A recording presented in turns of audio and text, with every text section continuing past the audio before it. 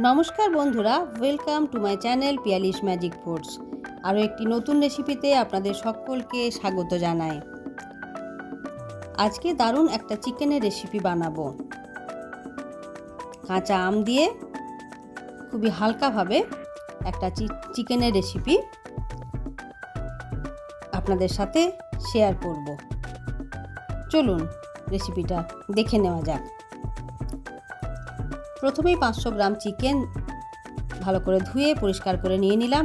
ওর মধ্যে দিয়ে দিচ্ছি পরিমাণ মতো লবণ, হলুদের গুঁড়ো, জিরে গুঁড়ো, ধনে গুঁড়ো, 2 টেবিল চামচের মতো দিয়ে দিলাম আদা রসুন এবং কাঁচা লঙ্কার পেস্ট, গ্রেটেড ম্যাঙ্গো দিয়ে দিলাম 1 চা চামচ এবং অল্প কিছু কাঁচা তেল দিয়ে ঢাকা দিয়ে ম্যারিনেশনের জন্য রেখে দিলাম। এরপর একটি ফ্রাইং প্যানের মধ্যে 2 টেবিল চামচের মতো সর্ষের তেল দিয়ে তার মধ্যে গোটা গরম মশলা এবং তেজপাতা ফোড়ন দিয়ে দিলাম। একটু গরম হয়ে এলে এর মধ্যে দিয়ে দিচ্ছি কুচি করে রাখা একটি পেঁয়াজগুলোকে ভালো করে ভেজে নিচ্ছি।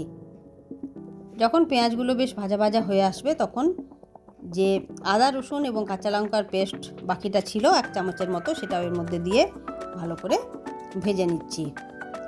এরপর এর মধ্যে ম্যারিনেট করে রাখা চিকেনগুলোকে দিয়ে দিলাম। চিকেনের পিসগুলোকে দিয়ে ভালো করে নেড়ে চেড়ে নিচ্ছি। এটা কিন্তু অবশ্যই সর্ষের তেলে রান্না করবেন বন্ধুরা। সর্ষের তেলে রান্না করলে কিন্তু এই চিকেনের টেস্ট একেবারে অন্যরকম হবে।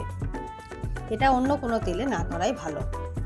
1 চা চামচের মতো দিয়ে দিলাম কাশ্মীরি লাল লঙ্কার গুঁড়ো, এতে কালারটা ভালো আসবে। অল্প একটু জল দিয়ে উল্টে পাল্টে দিচ্ছি চিকেনের পিসগুলোকে। এরপর ঢাকা দিয়ে 7-8 মিনিটের মতো চিকেনগুলোকে সেদ্ধ করে নিতে হবে। চিকেনগুলো প্রায় হাফ সেদ্ধ হয়ে এসেছে।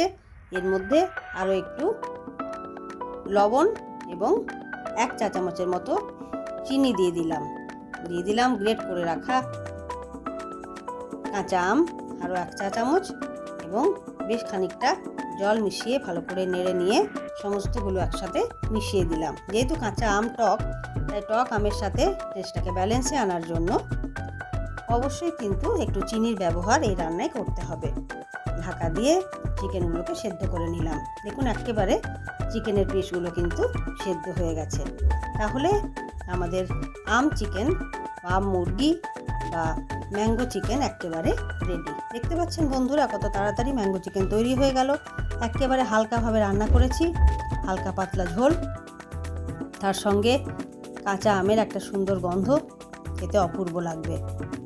অবশ্যই কিন্তু রান্নার শেষে গ্রেট করা আম অল্প একটু দেবেন, তাতে কিন্তু কাঁচা আমের গন্ধটা বজায় থাকবে চিকেনের মধ্যে। এটা অপূর্ব খেতে লাগে। অবশ্যই বাড়িতে বাজারে কাঁচা আম থাকাকালীন এই চিকেনের রেসিপিটি বানান এবং কেমন লাগলো তা আমাকে ছোট্ট একটি কমেন্ট করতে ভুলবেন না বন্ধুরা। যদি আমার রেসিপি ভালো লেগে থাকে তাহলে অবশ্যই কিন্তু লাইক এবং শেয়ার করবেন। এবং আমার চ্যানেলটি এখনও পর্যন্ত যদি সাবস্ক্রাইব না করে থাকেন তাহলে চ্যানেলটি সাবস্ক্রাইব করার অনুরোধ রইল। আর আমার পুরনো বন্ধুদের আমার চ্যানেলটি সাবস্ক্রাইব করার জন্য অসংখ্য ধন্যবাদ জানাই।